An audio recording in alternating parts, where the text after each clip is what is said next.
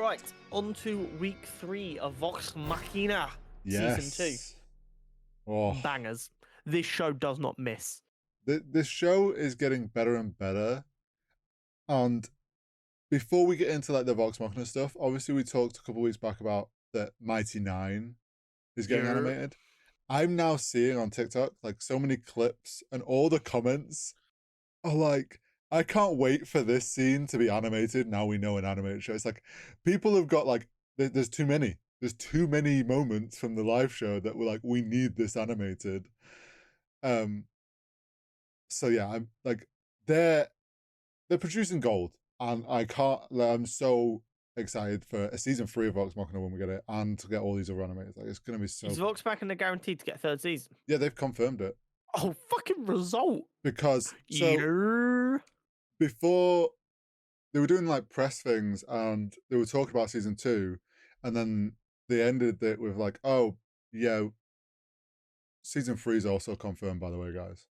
Like just threw it in there. August. Because essentially Matt was like, the Chroma Conclave story arc is too big of an arc to condense into one season. Yeah.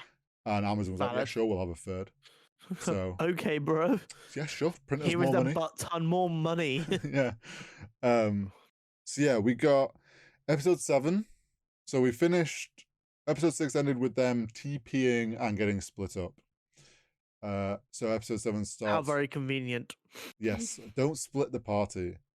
And I was trying to remember, and someone, I'm sure will get corrected in the comments, but I feel like this did happen in the live show. They split them up. I'm pretty sure that did happen, and they did this like split thing.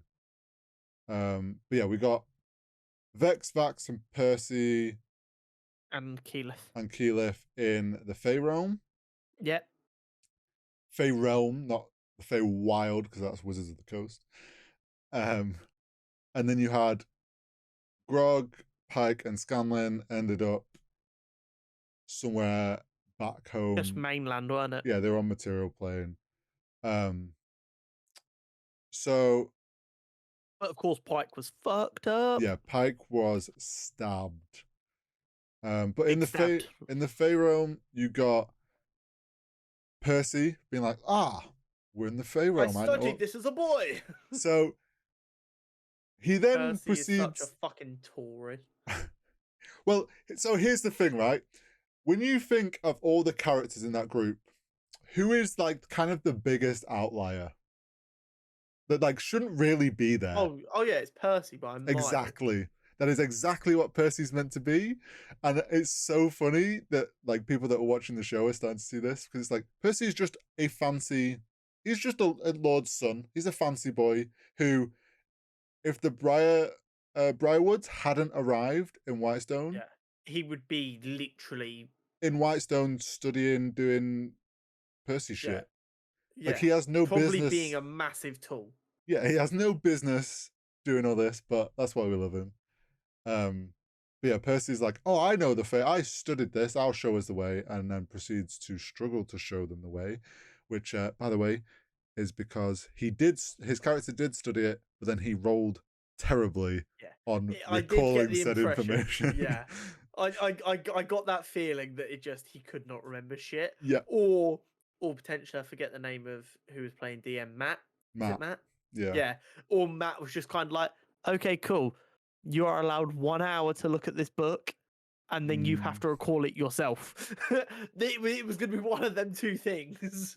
It'll have been, I think I remember it'd be like Matt getting him to do like history checks, and he's rolling really poorly. He's like, well, you remember something along the lines of this, but you don't really know.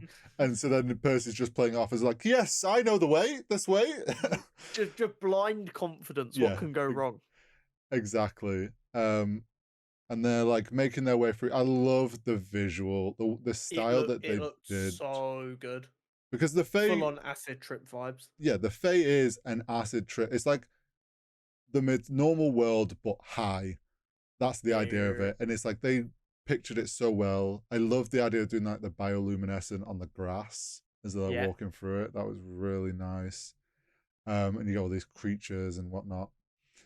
And they're making their way through But some. they're not a fan of the Raven Queen's champion. That's for sure. Well, would you be a fan of what is essentially Walking Death? Uh, I mean, as long also, as they left me alone, I wouldn't be too fussed. so yeah, the Fae doesn't particularly take to it someone of the Raven Queen walking through their Yeah. lands, and also Keyleth can't talk to them because all the plants are high and she doesn't speak high. It's pretty much it. It's like it's basically being like in a foreign country and she doesn't speak their language. Sorry, I don't speak stoner. Yeah, it's like being in Amsterdam and not knowing what can't speak anything. So What's that this makes woman trying to say to me from behind this glass? um there are gonna be some people who get that, and some people are yeah, confused as fuck yeah, right now. yeah. And they're making their way through, and then obviously we get to see like Vex and Keyleth end up getting what is essentially charmed. I think they Yeah. rolled bad on a con save or something and get like Well, yeah, because they shot the arrow at the blubbery thing, and yes, then and kind it's of like spored. poofed gas Yeah. back out them, and then they were just fucking blast. I want some of what they're having. Yes, they were having a hell of a time. Um, Meanwhile, Vax and Percy are trying to fight this thing, which Fighting for their small life. Easter eggs for how Percy was fighting. I don't know if you picked up on how he kept struggling with his glove. Yes. So Percy was a custom class that Matt made up Okay. for him called Gunslinger. Cool. And there was a mechanic to balance it out because obviously if you just had a gun, it'd be kind of OP. Mm-hmm. It was like he had to roll. If he rolled too low, his gun would jam. Yeah. Um, so that's why when he first The pulls it guns are out, like imperfect, very early yes, prototypes, and therefore lots exactly, can go wrong. exactly. So when he first pulls it out and the gun doesn't work, that's the gun jamming. So he's like, all right, fine, I won't use the gun. And he has this like shock glove that's Yeah. also something he made.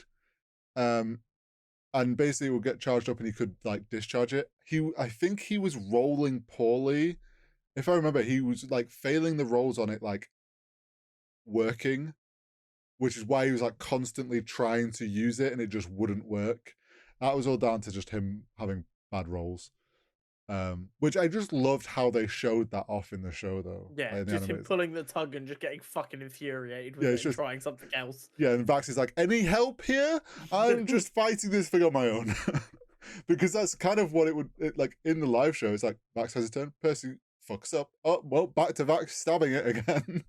But that was a really fun fight scene and kind of Yeah, and with the style of the Fey realm as yes. well, it looked so good.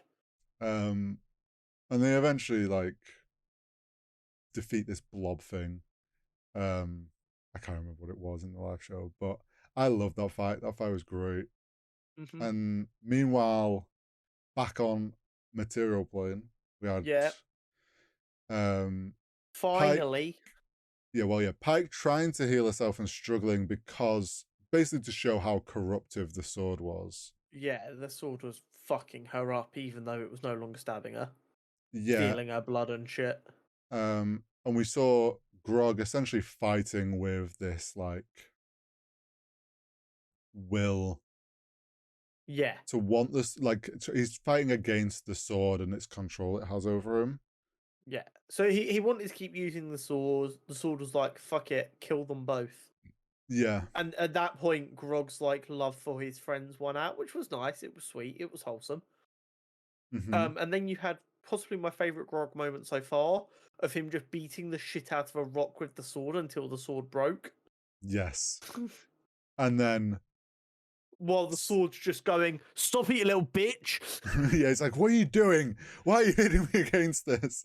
Yeah. And Stop it, I make you strong. You're nothing without me. No, no, no. and then eventually like he like shatters the sword. Yeah. Of which we then got the fun kind of idea of it was holding all the blood in this gem on the inside. It just explodes it everywhere. Well, also as it was getting ready to explode, it said, "Well, if I'm going down, I'm taking you with me." And obviously, like, it cuts back to them in the Fey realm for a bit, but when we come back, he's then waking up with him being scrawny as fuck, no Yes. muscle definition, can't even hold his own head up, kind of weakness. It kind of took all his strength away. That can't just be healed. It's Yeah, not like a. And I forget how it exactly went down in the live show. I'm not sure if this is their way of also tying in the exhaustion stuff I was telling you about. yeah, Um, but yeah, we got this.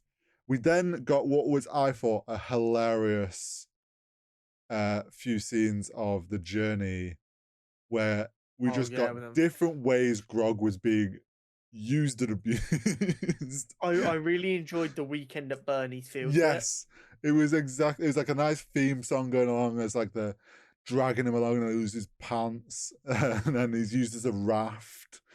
Really, really funny. All these different ways that like he just has no will or like any power to do anything, and Scanlan's just kind of dragging him along.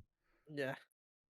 Get a bit of a romancy vibe from Pike and Scanlan, as Scanlan's being all caring for a friend as Well, well. yeah, you see this like we're starting to see that Scanlan's always kind of had a thing for Pike because it's like the other half, the other half or whatever. It's like tried to woo her, but she obviously isn't interested in some like charming, sleazy We will musician. literally shag everything. Yeah, like that's not gonna work. So it's like she's starting to see him for actually a caring for. It's like, but then he still manages to say the wrong thing. Well, yeah, because when he's not paying attention, he is a good guy.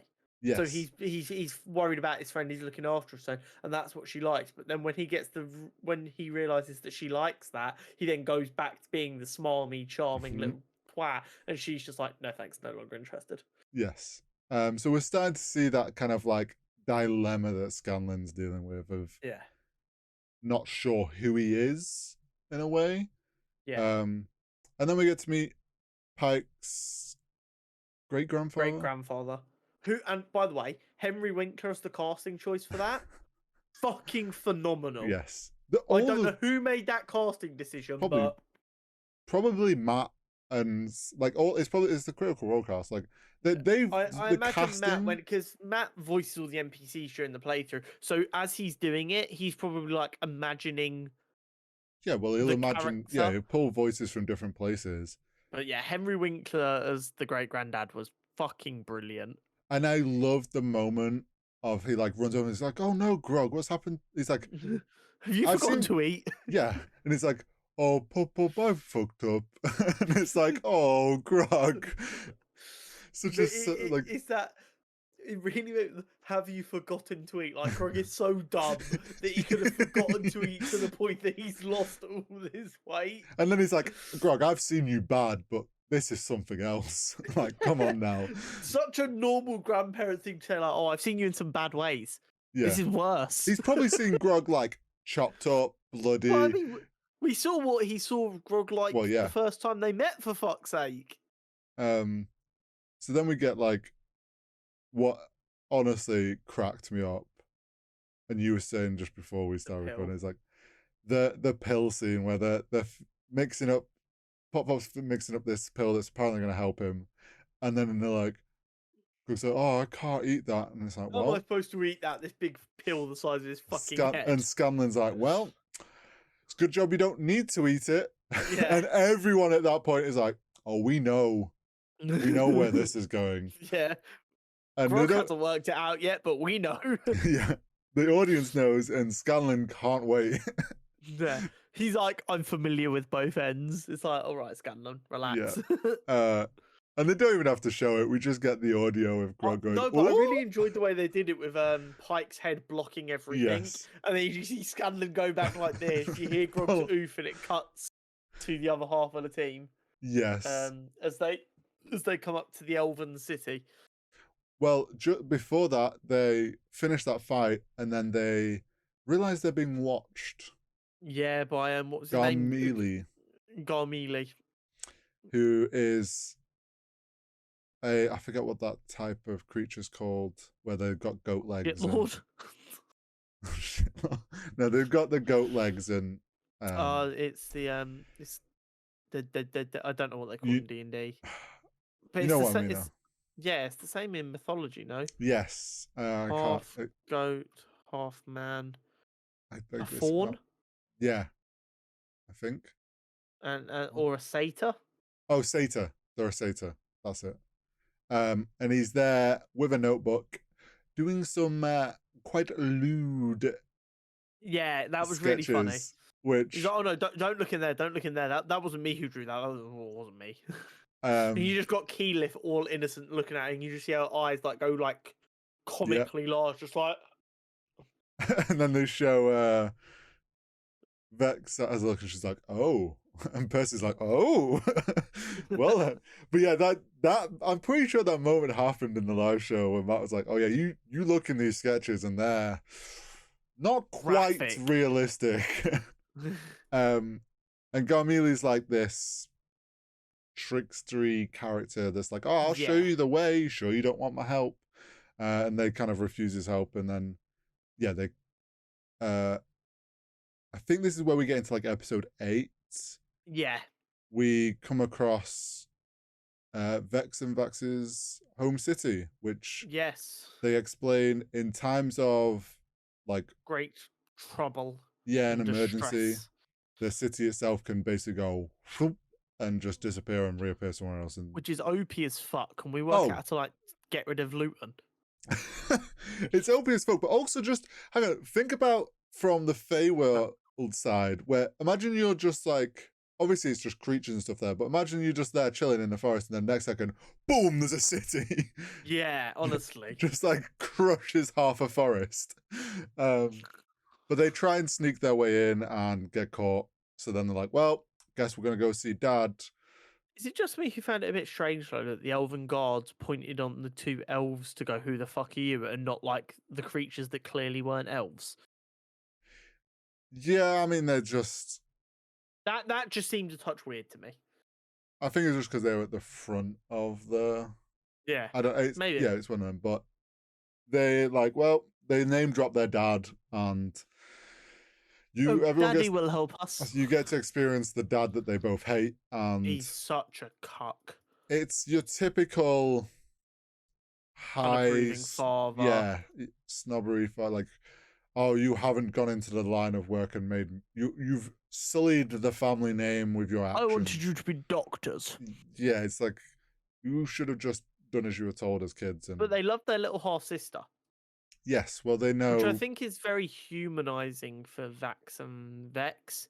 Because you're kind of like, oh, they're really uncomfortable and angry at this entire situation. They clearly don't want to be here. But they meet their half sister and they're instantly like on it. They're like, oh, hi, lovely to meet you.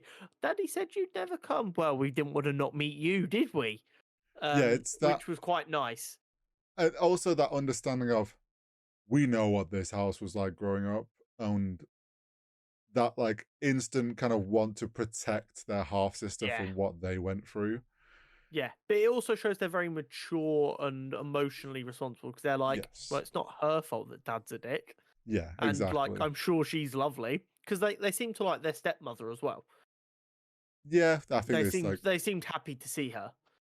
um so then yeah, we get the whole kind of, we want, kind of wants to prove to her dad that they don't need, like, we're going to get this thing, we're gonna like, we're actually doing good and helping the world. And Dad's like, oh yeah, yeah, so sure you are, you're going to get this mythical bow and you're gonna go save the world. Like, typical, doesn't want to listen to what they Yeah. have to say. I'll believe it when I see it. Thanks. Yeah. And then we get the reveal, which in the live show, Hmm. uh Percy or Taliesin had sorted this out with Matt, the title, and actually Yeah, didn't tell Laura Bailey.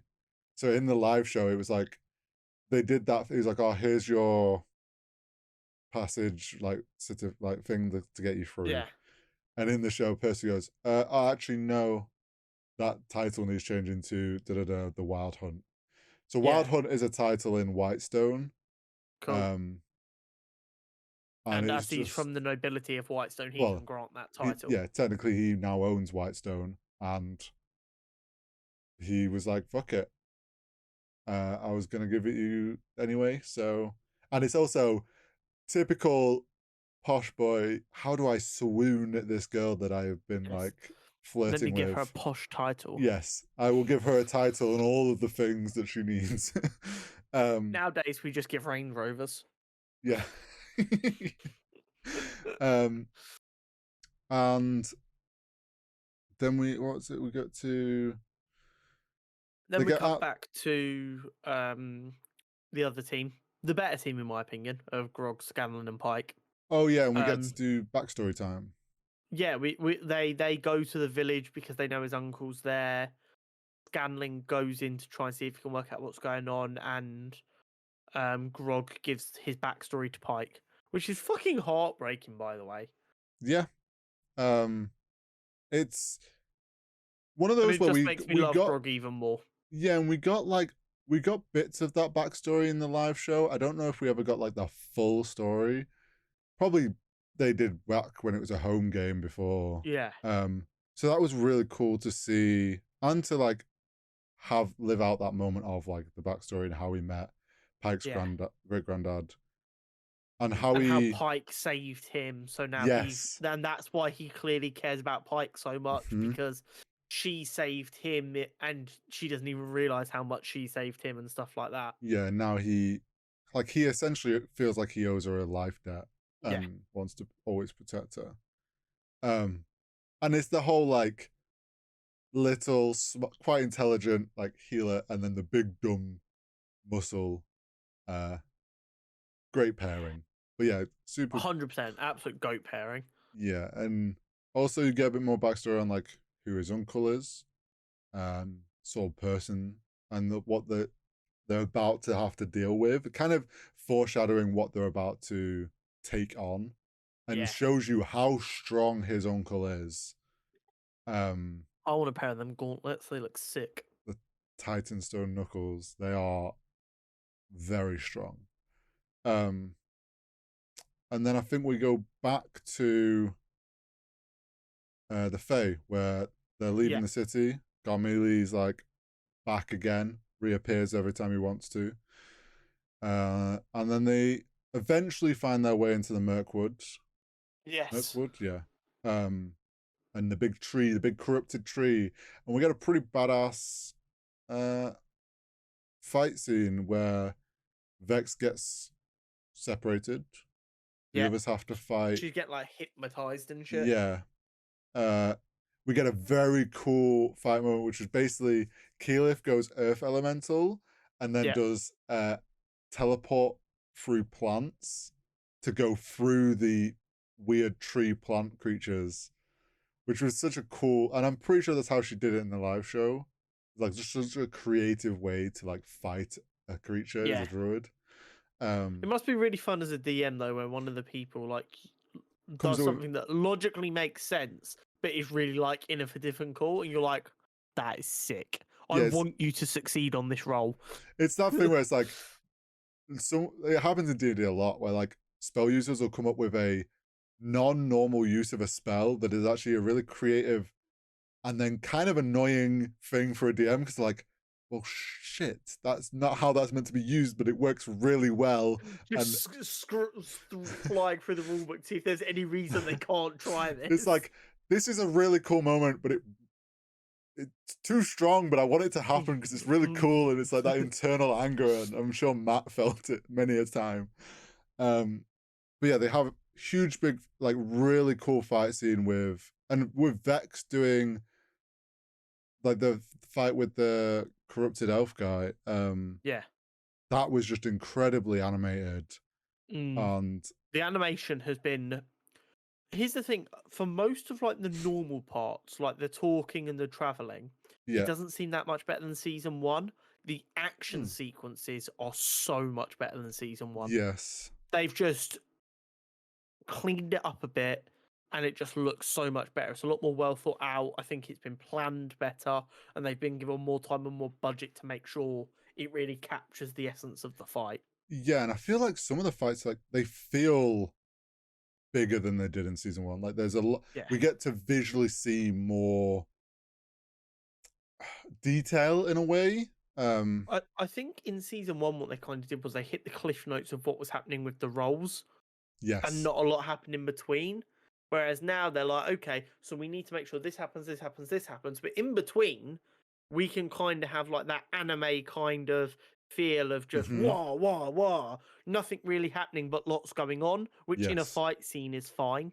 Yeah, especially in animated as well. Yeah. Um, And I think that's why they feel so much better. yeah. And then they end up with getting the bow, and which is another vestige ticked off. You're And as a reward to entertaining Garmili, he is like, sure, I'll play and teleport you to where you need to go. Yeah. Of which they TP out back to the material plane, Taldori, Yeah. and Garmili reveals his true form. Yes. Which I'm guessing you were like, wait, what the fuck? Yeah. Well, I mean, I wasn't wholeheartedly surprised that he was hiding something. But I have no frame of reference over how significant that is or what it really means. Let's just say, and I assume they didn't get that reveal at that time. No, I don't think they did. I think they got that reveal down the line. Yeah. Or so maybe I assume, I can't remember. I think they did. because it'd be a bit weird for like him to just say that that's what happened to them there and then. It's one of them times where you almost wish like they all had like noise cancelling headphones on, and like Mac could choose what they could and couldn't hear. Yeah, So I you get could get that I can't remember what it's called in TV, where the person watching has more information than the characters Yeah. involved. Which obviously there's a bit they've added here, but it makes complete sense. Yeah. Because instead of the person watching the show having to remember in potentially a season's time when the characters get the reveal, oh shit, and Garmili was like that before, they now know, and it allows that element to be in there. Dramatic irony. There we go. Thank you. I'm trying to I'm trying to remember if they did it as a thing of like, as they stepped into the portal, they see his form change. So he like teases something's not quite right, but they don't know what. But it's like they're already leaving, and it's like, but yeah. So is he not actually a satyr then? No, and he is. Let's just say he's quite powerful. He's a pretty spicy boy. He's a pretty spicy boy, and I'm pretty sure he shows up later on. Is he friend or foe though? He's friend. I mean, he is that personality you saw. So okay, cool. So that wasn't too much character. He just disguised himself. Yes. Okay. And then I think that's where pretty much episode 8 ends. And then episode 9 is back them to in Westruun, the village, trying to find Scanlan. Yeah, well, Scanlan has been gone for a while, of which he's come across a group of people. Hold up. Yes, and a very specific person called Kaylee. Yeah, another halfling. Yes, and do you feel like you picked up on anything interesting about Kaylee? She kind of looks like a female Scanlan. Did you also pick up on how she was reacting to coming across Scanlan?